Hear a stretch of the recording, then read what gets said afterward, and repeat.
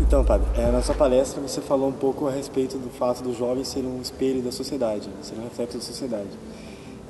Eu queria saber se pode se dizer que o jovem não só é reflexo, mas ele também constrói a sociedade através da narração. Mas evidente, menino. Então, eu queria saber como que se dá essa construção do jovem, assim, como que ele pode construir a realidade através da visão dele. Bom, aí entra toda a questão que também o meu companheiro aí, o Alex Pinheiro, falou, da construção da autonomia, que é que o que caracteriza o jovem, no fundo, é a construção da autonomia. A autonomia significa empoderamento, significa protagonismo, significa personalidade. Isso que caracteriza, e não só uma dimensão pessoal, também numa dimensão social. E aí eu falei também que a única forma de construir essa autonomia, esse protagonismo, é de uma forma organizada, onde entra a organização como opção pedagógica. É o único instrumento concreto para a construção da autonomia. Mas deixa você começar a pergunta sobre juventude, reflexo da sociedade. Uma coisa que eu não disse hoje de manhã, mas uma coisa que é meio dramática, mas é verdadeira. Nós estamos numa sociedade que não ama a juventude. E não ama a juventude porque não ama a si mesmo. E por isso mesmo é uma sociedade violenta. E onde a violência não é do jovem, pode ser também do jovem, mas uma violência que vem da sociedade na qual o jovem vive. Apesar da influência do jovem na sociedade, o jovem, hoje tem muito esse paradigma do jovem ser o futuro ou o jovem ser o presente. Como que o jovem hoje faz história? Você falou muito do historicismo, a respeito de como que a história da juventude mostra como que o jovem vive hoje. Como que hoje o jovem faz história? Ele está fazendo história, muitas vezes sem ter consciência. Melhor é quando a gente tem consciência.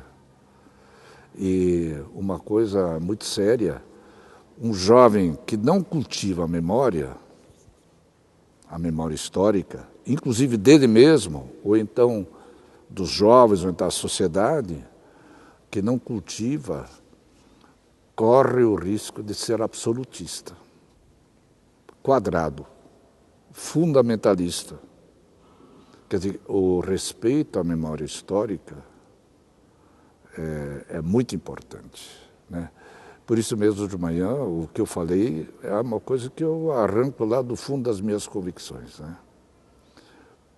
O jovem, acho que uma das belezas do jovem é ele descobrir a memória, por exemplo, dessa caminhada. Hoje de manhã fizemos uma caminhada muito rápida, mas é muito importante qualquer jovem ter consciência disso. E isso vai ajudar a ele não repetir a história, mas realmente ser novo, criativo.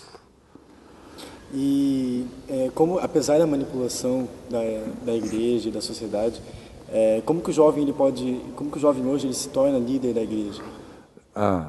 Se torna o quê? Se torna líder na igreja. Ele tem esse espaço, ele tem esse tempo. Enquanto ele participa de uma organização, ele se forma. Aí se forma a liderança, porque aí ele aprende a falar, aprende a se relacionar, aprende a planejar, aprende tudo. Aprende a viajar, mas tudo com objetivos, né? Por exemplo, a maioria, uma coisa é ir para a Jornada Mundial da Juventude, mas se você vai com um objetivo, uma preocupação, e se um grupo vai e se quer manifestar lá, não só receber, mas também dar alguma coisa, né? Se comunicar, eu acho que a juventude se comunica e de muitas formas hoje em dia, né? De forma boa, de forma ruim, como qualquer, mas também dentro da história da igreja. Agora, a sociedade e a igreja ainda continuam tendo medo dessa juventude ser ela. E aí que eu falo das ovelhas, das vacas de presépio. A sociedade quer ver em vocês não personalidades, quer ver submissos, não obedientes, está entendendo?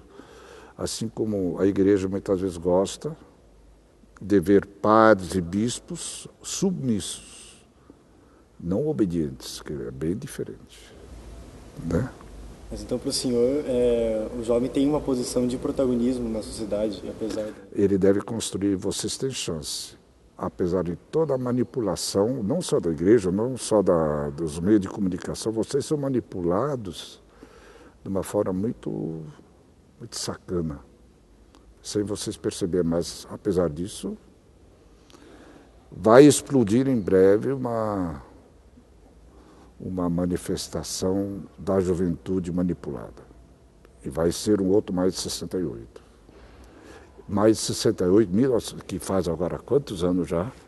Até hoje, os sociólogos não entenderam o que aconteceu.